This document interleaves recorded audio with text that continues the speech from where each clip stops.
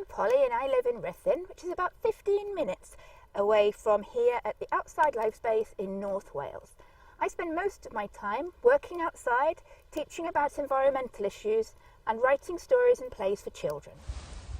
10 years ago, I was very lucky to receive a travel grant from the Winston Churchill Memorial Trust, which allowed me to travel to several different countries. I worked with children there to make some stories that would help others around the world learn about climate change.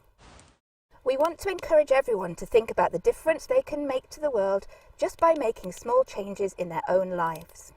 In July 2009, I visited a small town at the edge of the rainforest in Brazil. I had guided tours of the rainforest and learnt a lot about the different animals and their function within the ecosystem. It was hot, humid and beautiful. I worked with children from a local school to make up a story about deforestation. This involved drawing pictures, playing games and trying to think of different ways that the animals might try to save their rainforest. Their story was called The Very Last Tree and is the first one that we will be sharing with you in this series. A few months later, I travelled to Borneo.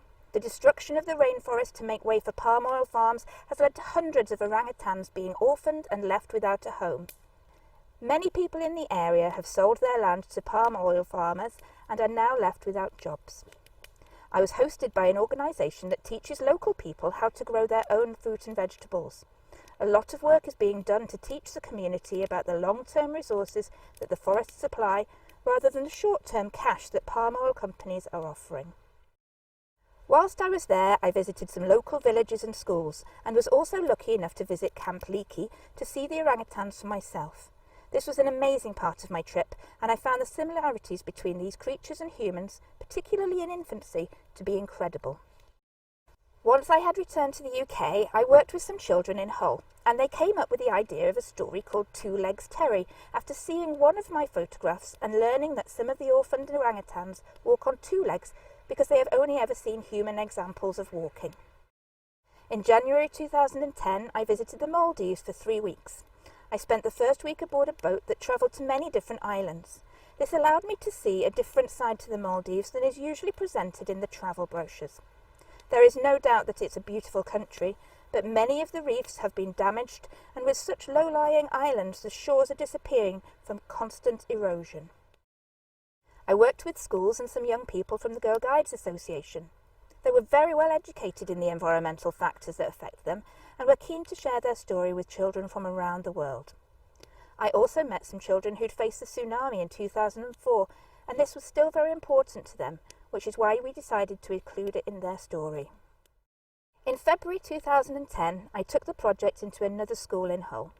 After just suffering a harsh winter, and with the floods of 2007 still fresh in everyone's minds, the children decided to write a story called The School That Sailed Away, and they turned it into a play to show their families and friends.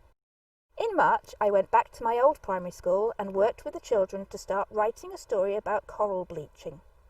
I showed them a story that I had written at that school when I was just 6 years old, and we decided to use it as a starting point for a new story. We left this story unfinished as it was due to be continued by the children I was going to meet in Australia. The last country I visited was Australia. The water had been extra warm for a few months, and so it was likely that there would be episodes of bleaching whilst I was there. As I am a scuba diver, I managed to survey some of the reefs and see evidence of coral bleaching for myself. I also met with a man called Captain Dan, who works with a kids' eco club that organise reef clean-ups and hold environmental awareness days. I then worked with pupils from a school in Brisbane to continue the story. They knew a little bit about coral bleaching, but the presentation I'd put together helped them to understand it better. They were very keen to finish off the story that the younger children had started for them, and before long the story was becoming an epic adventure. Back in the UK, the project seemed to be getting bigger and bigger, with lots of visits to different schools to share the stories and ideas to help reduce climate change. Children had lots of fun performing the stories and sharing them with friends and family. So I hope that you enjoy our stories too. Keep checking back every couple of months as we add even more episodes.